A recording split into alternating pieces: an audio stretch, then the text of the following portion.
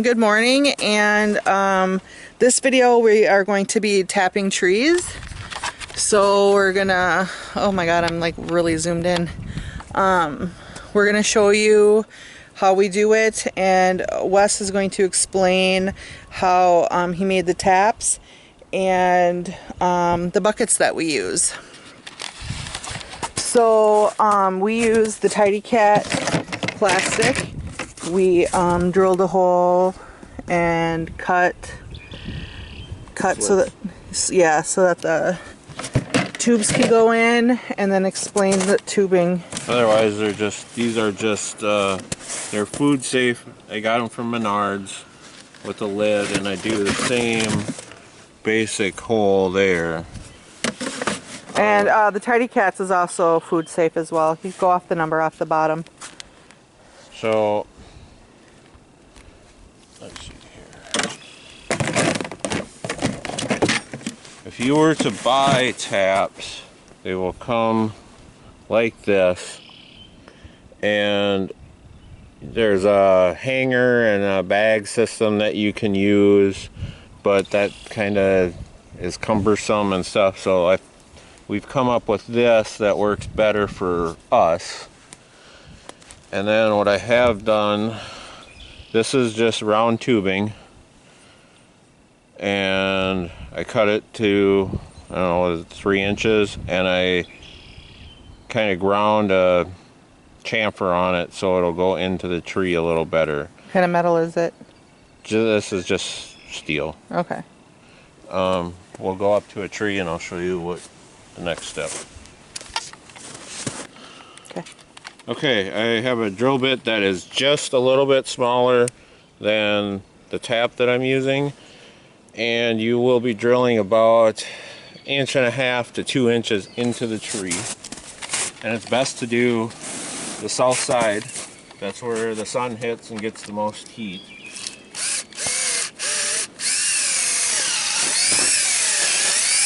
Oh, it's wet. Oh wait, where are you? Right here. See, it's flowing already. Oh yeah, there it is. So we're kind of like a week late. then I'll take my tapered end into the tree and just give it a couple taps. Put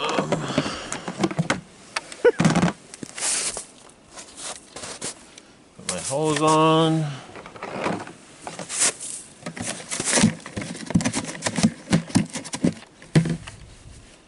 And then, oh, come on.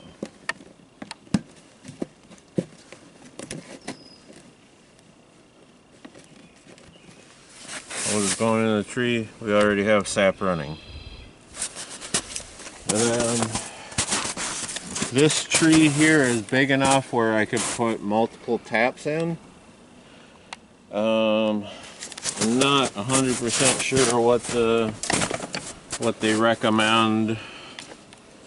There's a formula on how many taps you can put for the diameter of the tree. I don't know that offhand, so I'm just kind of winging it.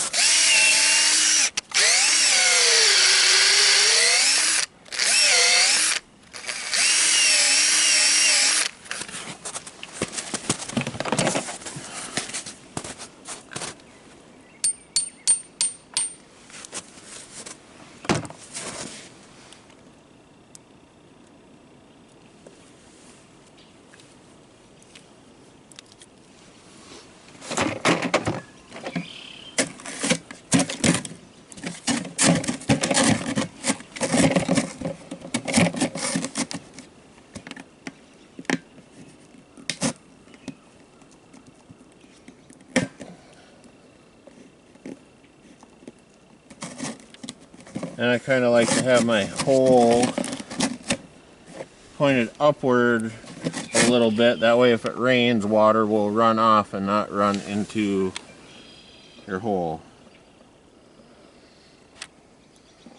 All right, well, Stay tuned and we'll show you how much we collect. We're only going to be doing a small cook down this year since we still have quite a bit of syrup from last year yet.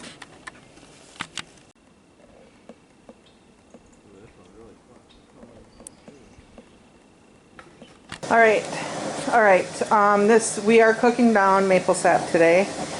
This is the setup that we use. We usually run 2 of these, but we did not collect very much. So we have our propane tanks. This is a bucket of sap, and then we have this tall propane tank as well. Okay. So this is where we put our sap until we're done. This is a 40-gallon cooler. So we've got about halfway to go. And then I'll show you the process of cooking it down in the house. Okay, we are going to be finishing off the maple syrup. The temperature that we need is about 220 degrees. We're about 201.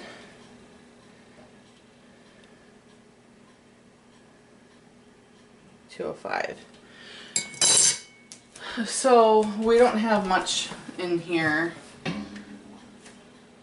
It's about up to here. So when we're done, we're hoping to have about a gallon. So I'll just keep showing you the process, and then of me straining it probably twice. We'll see. And then we'll bottle it up. Alright, so I'm going to show you how I set up for straining. So we live in a small town. We didn't have much to work with at our Dollar General. So I got these gauze pads. So what I do is I get a pitcher, put a strainer on top, and I just layer two gauze pads in there. These are my bottles. These are 16 ounce from Amazon. They come with lids and they come with the seals. We've been doing this long enough to where I had to buy more seals. And so you take, they look like little communion wafers, but they're indeed not. So I've already put mine inside. You just set these in and you just make sure that you get it completely in. And what'll happen is the heat from the sap will seal this to the top of your bottle. And then it'll say sealed for your protection when you pull the cap back off. So I got my jar set up here. I set them on here in case I dribble, but I typically don't. So we're just getting ready. I think this is getting close. So you know it's kind of more done when it starts getting really foamy on top. So what I'll do is, once this is up to temp, I'll get it strained and then we'll start another round. 219 is when sap turns to syrup. I'm going to cook mine a little bit longer because I want it a little thicker. So it's basically just going to be how you like your syrup. You don't want to go too much because then you're going to end up with maple syrup, sugar. Well, it'd be more of a candy. And then maple sugar if you cook it too much. So it's kind of dark over here. Sound one of my lights went out in my stove. So got girls being loud. So that's basically it. We're gonna just get it strained, get it in bottles, and remember when you get your sap from the tree, it's gonna be pretty much clear. And when you taste it, it's just going to be a little bit sweet. And so yeah, you just got to cook the water out of it, and then you're left with syrup.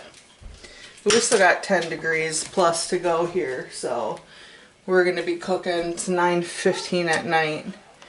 We'll be doing this for a minute.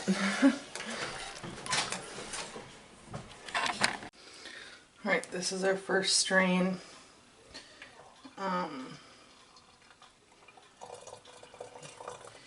You're gonna have to be patient. It does clog.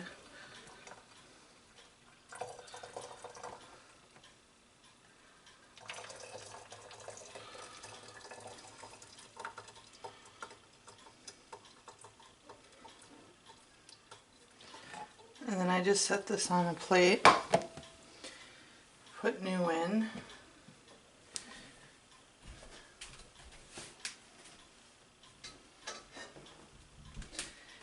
Do a little bit more here.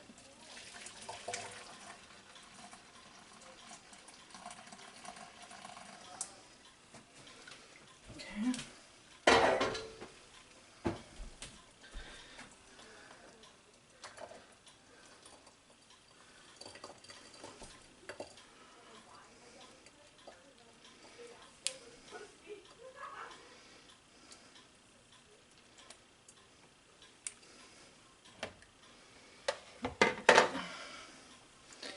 Alright, here, let's put you over here, back you up, and now we're just going to fill.